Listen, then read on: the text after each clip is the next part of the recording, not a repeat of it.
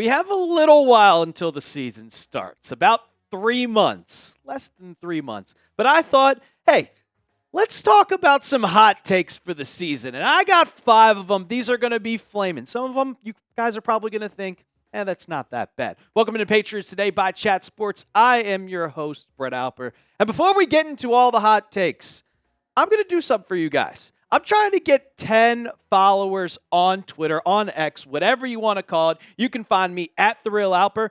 And the first 10 people to follow me, I'll give you guys a shout out on Monday's video. So you can go on Twitter. It's really easy. Type in at TheRealAlper and go ahead and hit that follow button. So my first hot take, and I don't think it's that scorching. I really don't. The Patriots making the playoffs. I'm not going to go out and say they win the AFC East because the Bills are probably going to be one of the best teams in the league, if not the best, Super Bowl favorites. But I think they could easily make the 7th seed. From what we've seen from offseason OTAs and what we've seen from the mandatory minicamp, this team I see could have a complete turnaround in the NFL. You see from what we have the past couple of years with some teams, with the Texans, with the Commanders, a lot of these teams, they surprise people, and they go from worst to first. Now, like I said, I don't think the Patriots are going from worst all the way until the division win, but I think they could easily come out and win a bunch of games this season. And it starts with the head coach. It starts with Mike Vrabel. And we've seen the second he stepped foot in Gillette Stadium and became that head coach, he's changed the culture. A lot of these guys are embodying his culture. They're embracing what he has to say, and they really enjoy him than what we saw last year with Gerard Mayo. And one specific player that talked about it over the last week was Keon White and mandatory OTAs. He said this about Mike Vrabel. I like Mike.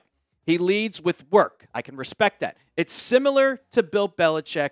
We all know that I feel about that. I liked him. So it's comforting to know that you have a hard ass at the helm who will not be afraid to fist fight with you in a back alley. That's something I love to see. And then this is where it really got to me, what Keon White said. He said, I've been training myself, but I ain't going to lie. Now I feel like I have a coach. That was straight up shade at Gerard Mayo. And it shows you just what it was like last year. Nobody cared. Nobody felt like Gerard Mayo took this job seriously. And the second that Mike Vrabel is come in, if you watched Forged in Foxborough, you see that he's taken this real. And he took the Titans to the 1 seed. He got them to the AFC Championship game. It starts with your head coach, and I believe he could slowly, gradually get the Patriots better and better and better. And not only that, him and Elliott Wolf, they were making some work this offseason. These are just in free agency. I'm not even going to bring up some of the draft picks that they made that it involves Will Campbell, but you get Stefon Diggs, Milton Williams. You get back not free agency, but you get back Christian Barmore, get Harold Landry, you get a new Mike Backer, Robert Spillane, Carlton Davis on the opposite side of Christian Gonzalez, a new center in Garrett Bradbury. Now, we don't know if he's going to be your starting center. And then Morgan Moses at right tackle, who was solid. He was with the Jets, so you can't really, how do I say this? Kind of just say like, oh yeah, he's great. Well, he played for the Jets, and nobody plays good for the Jets. Also, the Patriots have an extremely easy schedule. And I'm going to show you guys the first 8 games later in the show because that's one of my hot takes. But you can see Patriots number 3 on this. San Francisco 49ers number 1. New Orleans Saints number 2. The Patriots, they play the Patriots this year. They also play the Titans, and they play the Carolina Panthers. Those are 2 awful teams. And when you play teams that aren't 500, you're most likely going to have success, especially when you just improved your entire team this offseason. Second hot take. Stefon Diggs records 1,000 yards receiving. And we've been waiting a long time for the Patriots to have an 1,000-yard receiver. We've been waiting so long for the Patriots to have a wide receiver in general. The last time it's happened, go all the way back to when I was in college, a junior in college, 2019. Yeah, we know all about that season ended. Not the greatest. Started off hot. You had Antonio Brown. You had Josh Gordon. You had Julian Edelman all on that roster, and then it just fell apart. But the last guy to do with 1,000 yards was Edelman back in 2019. He also drafted N'Keal Harry in that season at the first first round pick, and it just completely died. So you need a wide receiver. And Stefon Diggs, I know he's coming off an ACL injury, but in minicamp, in OTAs, the ones that he showed up, because we're putting all the past behind us. He's not doing anything wrong. He looks fast. He looks really fast, and he looks healthy. He looks faster than Kayshon Boutte. He looks like he's on the same speed as Kai Williams, who is a speedster. So I'm also thinking that he's just going to be the top guy. And also, I think Drake May in his second season makes a huge jump this season. He makes a huge jump this year. Second year, you have a better offensive line so you can step back there and not be scrambling for your life. You're also going to play 17 games instead of 13. Drake May is going to show that he's a top 15 quarterback. Now, Diggs, if he plays all 17 games, all he's got to do is just average 58.8 yards per game. That's nothing. He could do that in his sleep. 58 yards per game is nothing at all. Now, if he does miss a couple games due to his ACL, he said it in minicamp that he wants to be ready week 1. If it was up to him, he'd be playing. But it's up to the doctors. And the doctors have to clear him. But from what I've seen from the offseason workouts, his training, it looks like he didn't even tear his ACL. That's what it really looks like. So I'm looking forward to seeing Diggs on the field is in a New England Patriots uniform. I'll ask you guys, what do you think? Does Diggs eclipse 1,000 yards receiving? I'm going to go with yes. So I better see you guys type it in the comments section. Type Y for yes. Or if you think I'm crazy, type N for no. Sticking with the wide receivers on these hot takes, and I think the Patriots trade for a wide receiver. Now, I don't know if this is going to happen before the season starts. I don't know if this is going to happen in the middle of the season, but I think it's going to happen at least sometime from now until the trade deadline later down the year. If you look at the Patriots wide receiver depth chart, yeah, you have Stefon Diggs, Pop Douglas, Kai Williams, Efton Chisholm, who I think is going to make the roster, Kendrick Bourne, Matt Collins, Kayshon Boutte. After your top 3 guys, you really don't have much. And not only that, Rashad Bateman just got a contract extension, and Jeremy Fowler went on NFL Live earlier this week and talked about, there was a lot of teams that tried to trade for him before he got that contract extension. And one of them was the New England Patriots. Jeremy Fowler said he went out to the open market and talked to several teams, and one of them was the Patriots. He saw he had a market, and the Ravens said, yeah, you're good enough. We'll just pay you, and we won't trade you. And what that tells me is if you already have Stefon Diggs on the roster, and that's clear you're your number one guy, but you're still kind of actively looking for another guy to fit in with this wide receiver core, tells me you want to trade for another wide receiver, obviously, because they're still trying to be in the market. They're trying to find another key piece for Drake May. Kai Williams is going to be a great wide receiver, but he is not going to come in and be that star number 2 right off the bat as a rookie. We don't know if Efton Chisholm is going to be the next Julian Edelman. Pop Douglas, we know what he is, but he's a slot guy. I'd like to see a deep threat. And Mike Vrabel, he talked about still being in the market for potential trades in his press conference during minicamp. He said, I think that we have to, as in talking about keeping your options open. I think that you should go with every position on the roster. We would always want to do that. I think trying to always continually make the roster more competitive and trying to find everyone that can continually help us from now until the end of the season. I think that has to go on. That has to happen. Whether that does or not play out, I don't know. But it's not going to keep us from looking or try to bring up ideas or players or how we acquire them. For me personally, get Drake May as many weapons as possible. We've talked about it on the show. Could they trade for Romeo Doubs? Could they trade for Terry McLaurin?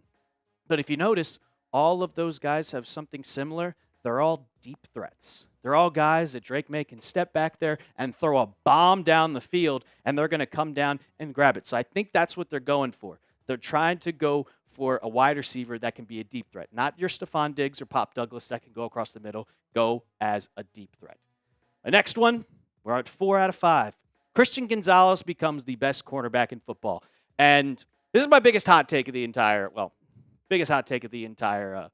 show. And there's a reason why this isn't mild takes, it's hot takes. And when you look at what Christian Gonzalez has done over the years, it is just he's excelled. I know in 2023 he didn't play enough games. But in that first ever game that he played against the Eagles, he locked down Devontae Smith. He locked down A.J. Brown. He's locked down Jamar Chase. He's locked down T. Higgins. He's locked down Tyreek Hill. All of these guys, he has solidified himself as one of the best cornerbacks in football, and the stats don't lie either.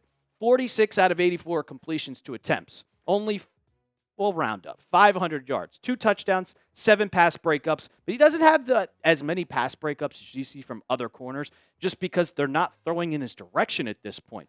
I mean, all of your stats that you've seen, he's like top 20 within the NFL. And it seems like that he's just taken that extra gear, and also he's seen the disrespect that some media outlets are giving to him. PFF has not named him as a top cornerback in football.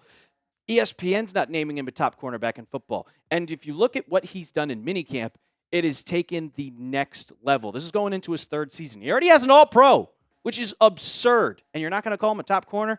Mike Reese said Christian Gonzalez capped off what seemed to be like a strong spring with a one-handed interception off Drake May in the final mandatory minicamp. Now, I wouldn't say it's the greatest pass, but it's still an interception, a one-handed interception to say the least. And Gonzo, he's had 3 of them in off-season practices. But the one thing is Drake May's trying to get him better. Drake May has spoke that he is throwing him the ball because he knows he's going to face good cornerbacks, and he also wants Christian Gonzalez to get better.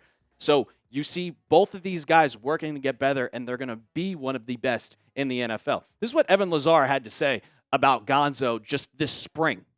He said, he was the best player. His silky smooth interception was a jaw-dropping highlight on Tuesday, with Gonzalez staying over the top of Williams' route to reel in the deep pass by May. Gonzo made a similarly ridiculous pick in the open first spring practice in deep zone coverage. The third-year pro was locking down his side of the field, and guess what?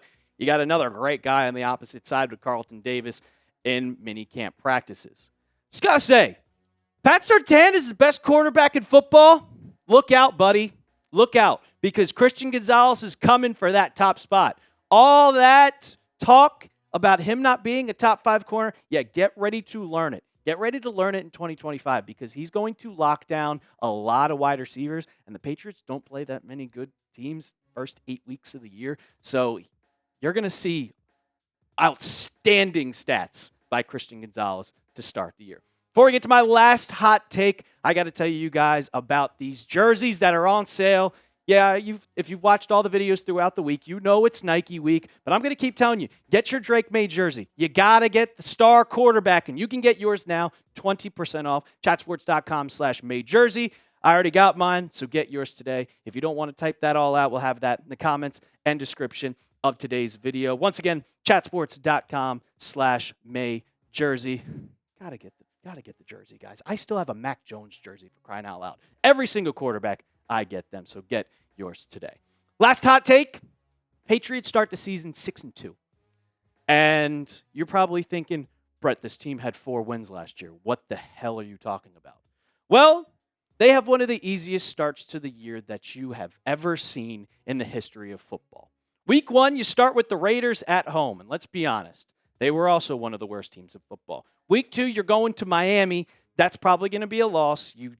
Patriots never play well in the heat. They put you in that opposite side where it's 99 degrees and they get a cooling 75. Steelers, I'll talk about that in a second. I'm not moved by that at all. That's a win in my book. Panthers win. Bills, no. At Buffalo, Sunday Night Football, just no. Saints, easy. Titans, easy. Mike Vrabel's reunion, by the way. And the Browns, I don't even know who their quarterback's going to be. This schedule is absolute cake. Besides those 2 games against the Dolphins in your division matchup, the Dolphins and the Bills, you could easily win all these games. And hell, if you go into Miami and they implode again, the Patriots could be 7-1. Call me crazy. Call me absolute crazy. And everybody's thinking, the Steelers signed Aaron Rodgers. That's a definite loss. They're still mediocre, man. What has Rodgers done in the past 4 years that's made you look like, wow, he's still that guy? Yeah, he's one of the greatest quarterbacks of all time, if not top 5. But come on, man. He hasn't done anything to prove himself in the last 4 years to make me, to move me. Like, what are we doing here? Why does Aaron Rodgers get this aura around him that he's going to be one of the best quarterbacks in football still. It's not true. It's not true. I think the Patriots could easily beat the Steelers week 3.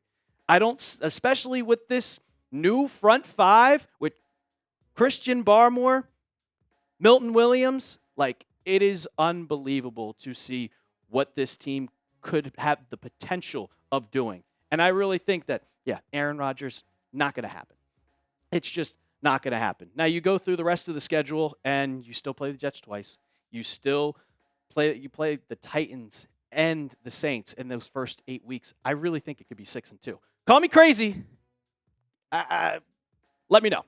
Let me know if I'm crazy. 6-2 is a very possibility. Do I think it's going to happen? Maybe not. But that's the reason why they call it hot takes, guys. So before we get on out of here, predict the Patriots record through the first 8 games of the season. I got 6-2. Go down in the comments and comment right now. That's going to do it for today's episode of Patriots Today. Don't forget to follow me on Twitter @TheRealAlper. First 10, I'm giving you a shout out on Monday, and hit that big red sub button.